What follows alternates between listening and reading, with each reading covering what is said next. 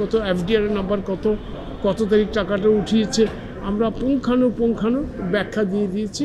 এবং আমরা বলেছি এগুলোতে দুদকের কাছে মনে হচ্ছে এগুলি সন্দেহজনক লেনদেন, কাজেই এটা দ্রুতগতিতে চলে যাচ্ছে। অনুসন্ধান যে পর্যন্ত হয়েছে তার সর্বশেষ আপডেট দিয়েছি।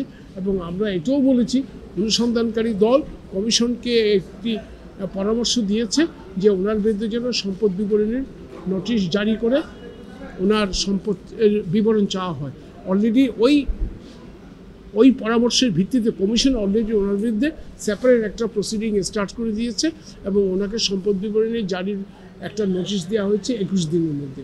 কাজেই দুটো বিষয়েরই আমরা পূর্ণাঙ্গ কমিশনের অনুসন্ধান রিপোর্ট আদালতে দাখিল করেছি। ব্যাংকিং ট্রানজ্যাকশনস ধরেন একদিনে যদি আপনি ধরেন 2 লক্ষ টাকা উঠান, পরদিন যদি 4 লক্ষ টাকা উঠান, না, এটাকে আমরা আইনের ভাষায় বলি সাসপিশিয়াস ট্রানজ্যাকশন অথবা আনইউজুয়াল ট্রানজ্যাকশন। যে হঠাৎ করে আজকে বিকালে উঠিয়ে ফেললেন 10 লক্ষ টাকা, কালকে সকালে 20 লক্ষ টাকা, পরশু দিন বা একদিন পরে দেখা যাচ্ছে 1 কোটি টাকা উঠে ফেলছে। এটাকে আইনের ভাষায় বলে সন্দেহজনক লেনদেন।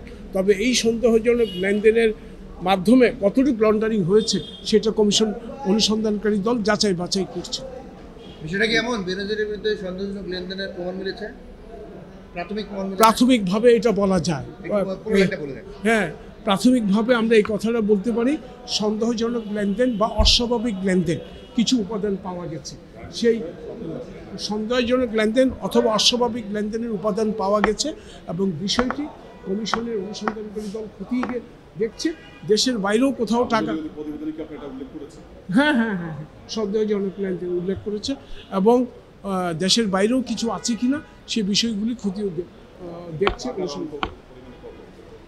এটা এই মুহূর্তে তো অঙ্ক করে এটা বলা যাবে না অনুসন্ধান শেষ না হওয়া পর্যন্ত, তবে most of the inquiry already শেষ।